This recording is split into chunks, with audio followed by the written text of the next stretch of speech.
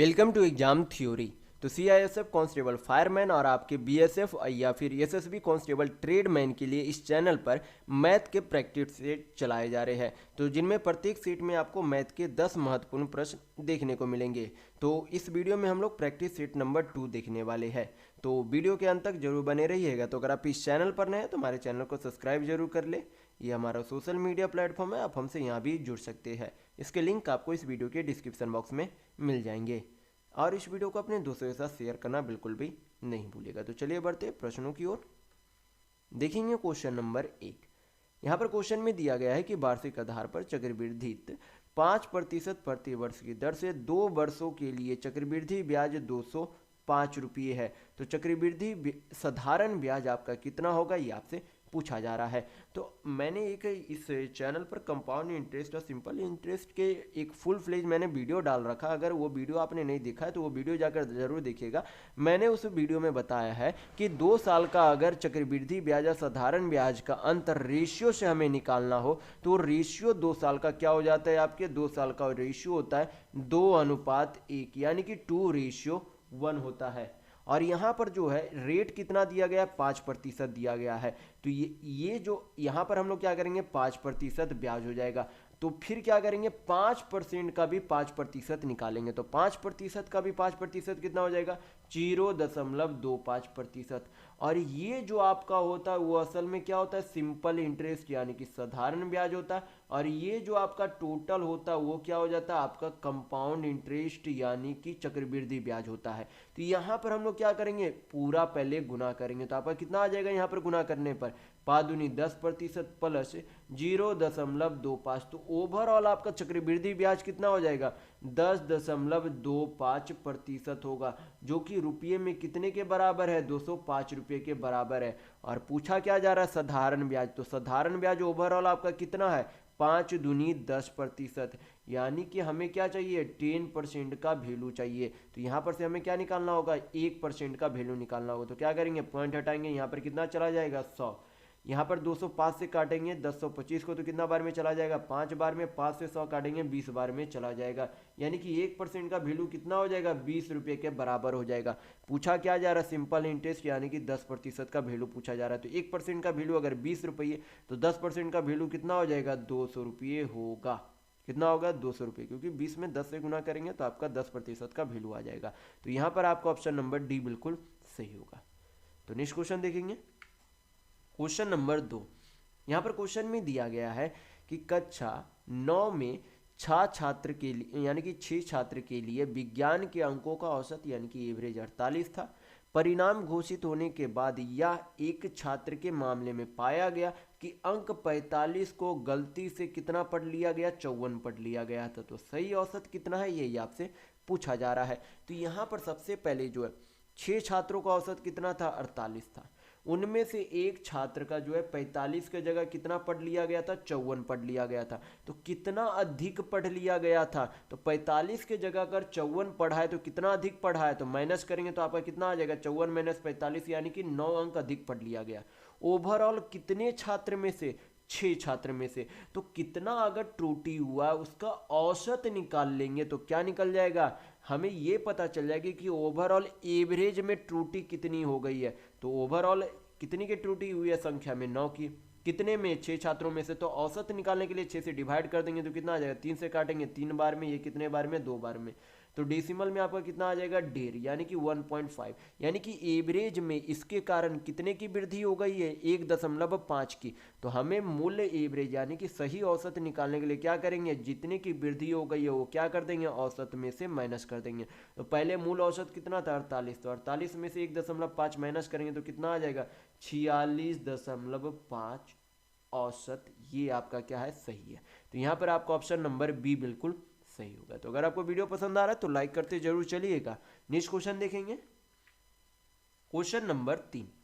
यहां पर क्वेश्चन में बोला जा रहा है कि एक व्यापारी 24,500 अंकित मूल्य के सोफा सेट के पर 5% प्रत्येक की 2 क्रमिक छूटें देता है। तो सोफा सेट की विक्रय मूल्य कितनी है, ये आपसे पूछा जा रहा है।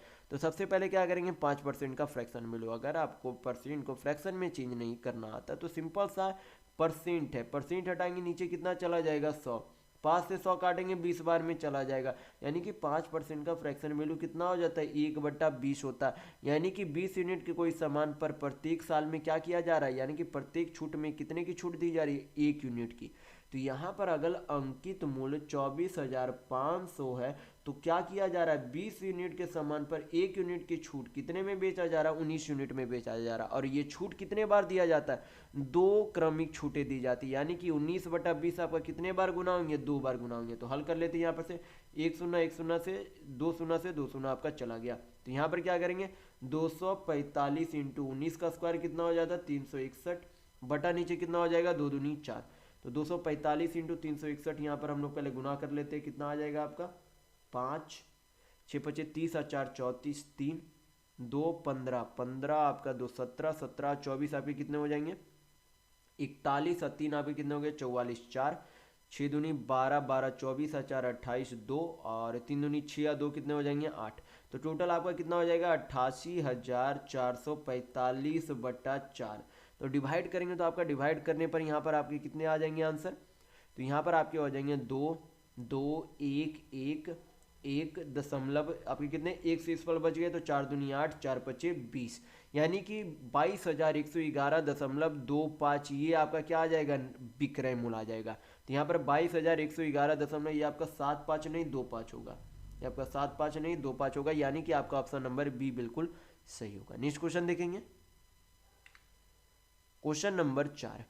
यहाँ पर क्वेश्चन में दिया गया है कि एक आयत का क्षेत्रफल 27 सेंटीमीटर स्क्वायर है और इसकी लंबाई इसकी चौड़ाई की 3 गुना है, तो आयत की परिधि कितनी होगी आपसे पूछा जा रहा है।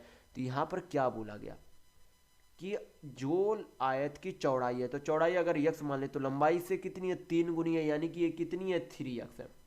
और इसका क्षेत्रफल कितना दिया गया, क्षेत्रफल जो है 27 सेंटीमीटर स्क्वायर दिया गया। आयत के क्षेत्रफल का फॉर्मूला क्या होता है लेंथ इंटू ब्रेथ होता है।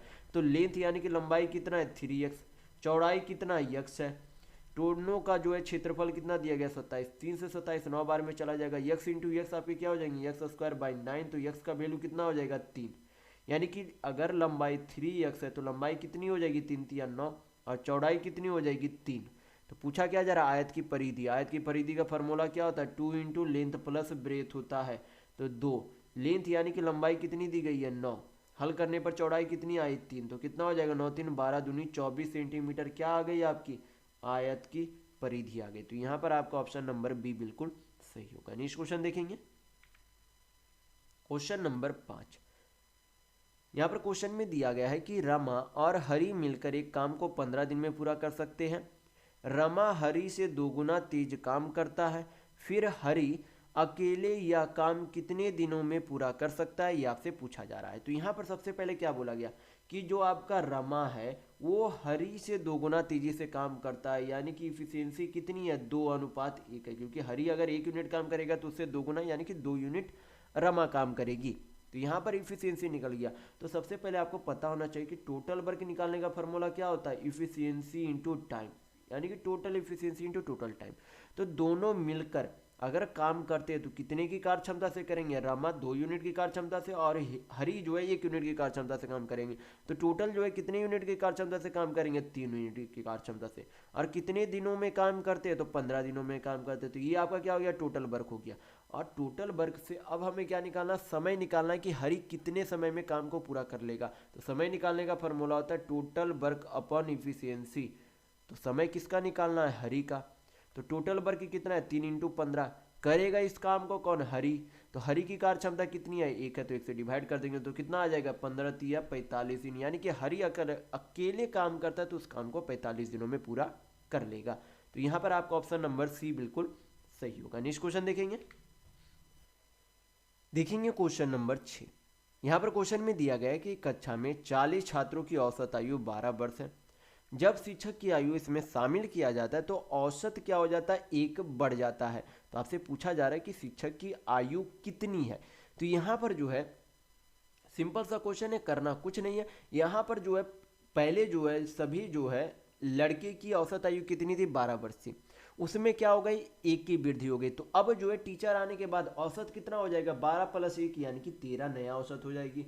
और इसमें क्या करेंगे, अगर हमें टीचर की आयु चाहिए तो इसमें क्या कर देंगे, टोटल पहले जितने छात्र थे नए औसत में क्या कर देंगे, जोड़ देंगे, तो आपका क्या निकल जाएगा, छात्र की वर्तमान आयु आ जाएगी। तो 40 और 13 आपके कितने हो जाएंगे, 53। यानी कि छात्र आपके शिक्षक की जो है वर्तमान आयु कितनी है, 53 है। तो यहाँ पर आपका ऑप्शन नंबर बी बिल्कुल सही होगा। नेक्स्ट क्वेश्चन देखेंगे, क्वेश्चन नंबर 7।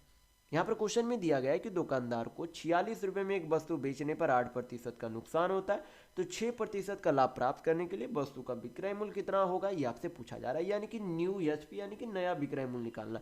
तो पहले उस वस्तु को बेचा कितने में, 46% में, और किसी भी वस्तु का दाम यानी कि किसी भी वस्तु का क्रय मूल्य 100% होता है। तो अगर किसी वस्तु को 46 रुपये में बेचने पर उसे 8% का नुकसान होता है यानी कि लॉस होता है, तो उसने उसे उस वस्तु को बेचा कितने में होगा, तो 100 माइनस 8 करेंगे, यानी कि उसने उस वस्तु को 92% में बेच दिया। लेकिन उस वस्तु को वह बेचना कितने में चाह रहा है, 6% के लाभ यानी कि 106% में बेचना चाह रहा है। हल करेंगे, यहाँ पर से आपका नया विक्रय मूल्य आ जाएगा। 46 से 92 दो बार में, 2 से 106 53 बार में, यानी कि नया विक्रय मूल्य कितना आ गया। अगर उसे 6% का लाभ चाहिए तो उसे उस वस्तु को कितने में बेचना चाहिए, 53 रुपये में। तो यहाँ पर आपका ऑप्शन नंबर बी बिल्कुल सही होगा। नेक्स्ट क्वेश्चन देखेंगे, क्वेश्चन नंबर 8। यहाँ पर क्वेश्चन में दिया गया है कि एक ट्रेन एक कार की तुलना में 50% तेजी से यात्रा कर सकती है, तो दोनों एक ही समय बिंदु ए से शुरू होते हैं और एक ही समय बिंदु ए से 60 किलोमीटर दूर बिंदु बी तक पहुंचते हैं। हालांकि स्टेशन पर रुकने के दौरान ट्रेन को लगभग 12.5 मिनट यानी कि 12.5 मिनट का नुकसान होता है, तो कार की गति कितनी है, ये आपसे पूछा जा रहा है। तो सबसे पहले यहाँ पर क्या करेंगे, 50% का फ्रैक्शन वैल्यू निकालेंगे। 50% का फ्रैक्शन वैल्यू कितना होता है, 1/2 होता है। तो यहाँ पर ट्रेन को टी से और कार को सी से डिनोट कर देते हैं। तो यहाँ पर बोला जा रहा है कि अगर कार की चाल 2 यूनिट है तो ट्रेन की चाल उससे 1 यूनिट अधिक है, यानी कि अगर कार की चाल 2 यूनिट है तो ट्रेन की चाल उससे 1 यूनिट अधिक, यानी कि कितनी है, 3 यूनिट है। कितनी है, 3 यूनिट है। तो यहाँ पर बोला जा रहा है कि ट्रेन अगर 60 किलोमीटर जाता है और कार अगर 60 किलोमीटर जाती है, तो दोनों के समय का अंतर एक तरीके से कितना हो जाता है, 12.5 मिनट का अंतर है। तो यहाँ पर आपको पता होना चाहिए कि समय बराबर आपका क्या होता है, दूरी बटा चाल होती है, यानी कि टाइम बराबर आपके हो जाते हैं डिस्टेंस अपॉन स्पीड। तो यहाँ पर जो है कुल दूरी कार को कितनी तय करनी है, 60 किलोमीटर, कितने की चाल से, 2 यूनिट की चाल से।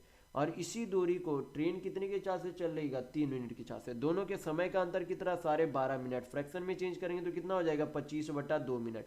ये दूरी किस में, मिनट में। जो चाल हमने मानी है किलोमीटर प्रति घंटा में मानी है, तो जो समय होना चाहिए वो किस में होना चाहिए, घंटा में। तो मिनट को घंटा में चेंज करने के लिए क्या करेंगे, 60 से डिवाइड कर देंगे। क्या करेंगे, 60 से डिवाइड करेंगे। कितना हो जाएगा, यहाँ पर 60 कॉमन ले लेते हैं, कितने हो जाएंगे, यहाँ पर एलसीएम 6 यूनिट, इधर कितने हो जाएंगे, 3 - 2 बराबर आपके कितने हो जाएंगे, 25/60। आपके कितने कहाँ चले जाएंगे, नीचे। हल कर लेते हैं यहाँ पर से, 6 से 60 कितने बार में, 10 बार में। 5 से 10 2 बार में, ये कितने बार में, 5 बार में। 5 से आपका 60 कितने बार में, 12 बार में।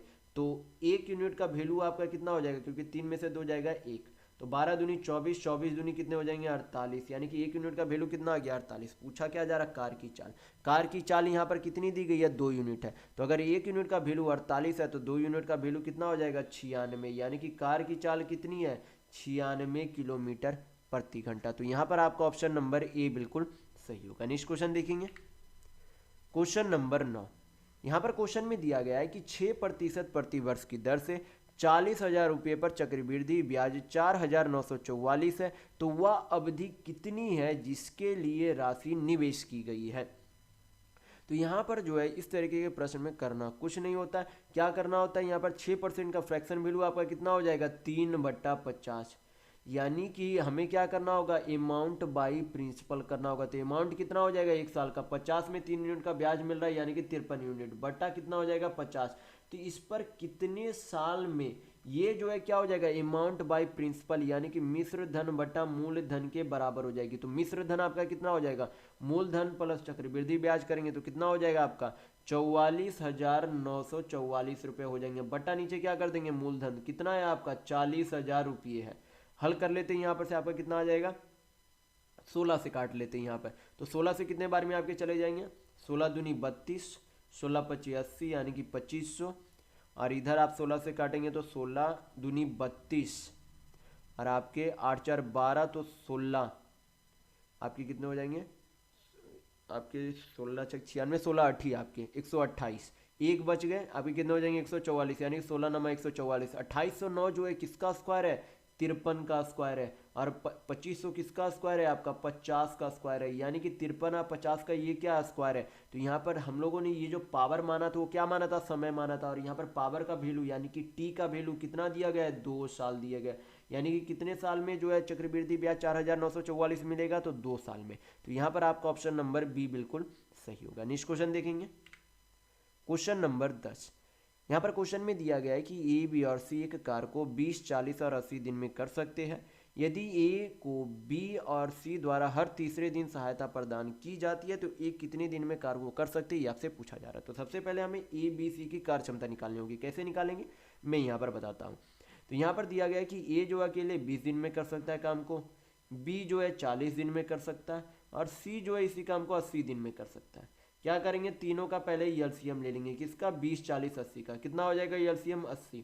80 को 20 से डिवाइड करेंगे 4, 40 से डिवाइड करेंगे 2, 80 से डिवाइड करेंगे 1 आएगा। यानी कि ए की कार्य क्षमता 4, बी की 2 है, सी की कितनी है, 1 है। तो यहाँ पर फिर बोला गया इस लाइन में कि यदि ए को बी और सी द्वारा हर तीसरे दिन में सहायता प्रदान करती है, तो एक दिन में ए कितना काम करेगा, 4 काम करेगा। दूसरे दिन में फिर भी काम करता है, 4 काम करेगा। और तीसरे दिन जो है तीनों मिलकर काम करेंगे, तो कितना काम कर लेंगे तीसरा दिन, 4 और 2 6 7, यानी कि 3 दिन में टोटल कितना काम हो जाएगा, 7 4 11, 3 7 4 11, 4 आपके कितने हो जाएंगे 15, यानी कि 3 दिन में टोटल कितने काम हो जाएंगे, 15 काम हो जाएंगे। तो हमें करना कितना काम है टोटल, तो हमें टोटल 80 काम करना है। तो हमें क्या करना होगा, ये जो वर्क है उसे क्या करना होगा, 80 के नज़दीक ले जाना होगा। तो क्या करेंगे, यहाँ पर दोनों तरफ 5 से गुना कर देते। क्या करेंगे, 5 से गुना करेंगे। तो टोटल 15 25 आपका कितना हो गया, 75 काम। कितना दिनों में किया गया, 15 दिनों में किया गया। बचा हुआ अभी भी काम कितना, 80 - 75 करेंगे, यानी कि 5 काम अभी भी बचा हुआ है। तो जब 3 दिन का टर्म चला जाता है तो 16वां दिन करेगा कौन काम, ए सिर्फ काम करेगा। कौन काम करेगा, सिर्फ ए काम करेगा। तो यहाँ पर लगभग जो आपका काम खत्म होगा। यानी कि यहाँ पर पूछा क्या गया, यहाँ पर ये नहीं पूछा जा रहा है कि टोटल काम कितने दिनों में हुआ, यहाँ पर ये पूछा जा रहा है कि एक कितने दिनों तक काम किया। तो ये जो 16वां दिन काम होगा वो करेगा कौन, ए करेगा। तो टोटल जो है ए कितना काम कर लेगा, 4 यूनिट और काम कर लेगा। तो कितना हो जाएगा, यहाँ पर 79 यूनिट काम कौन कर लेगा, यानी कि 79 यूनिट काम 16वां दिन तक खत्म हो जाएगा। अगला दिन करेगा कौन, अगला दिन फिर ए करेगा। कौन करेगा, अगला दिन फिर ए करेगा। लेकिन लगभग जो आपका समय कितना लगेगा, लगभग जो है आपका अगर समय पूछा जाएगा तो यहाँ पर 16 दिन ही होगा, ना कि 17 दिन होगा। तो यहाँ पर अगर आप इस तरीके का प्रश्न पूछा जाए तो आपका लगभग में अप्रॉक्स में आपका यहाँ पर कितने आएंगे, 16 दिन, यानी कि 16 डेज होंगे। तो यहाँ पर आपका ऑप्शन नंबर डी बिल्कुल सही होगा। तो इस वीडियो में बस इतना ही। अगर आपको वीडियो पसंद आया तो लाइक कीजिएगा, नए हैं तो चैनल को सब्सक्राइब जरूर कर लीजिएगा। ये हमारा सोशल मीडिया प्लेटफॉर्म है, आप हमसे यहाँ भी जुड़ सकते हैं। इसके लिंक आपको इस वीडियो के डिस्क्रिप्शन बॉक्स में मिल जाएंगे। और इस वीडियो को अपने दोस्तों के साथ शेयर करना बिल्कुल भी नहीं भूलिएगा। तो वीडियो में बस इतना ही। वीडियो के अंत तक बने रहने के लिए बहुत बहुत धन्यवाद। आशा करता हूँ आपका दिन शुभ हो।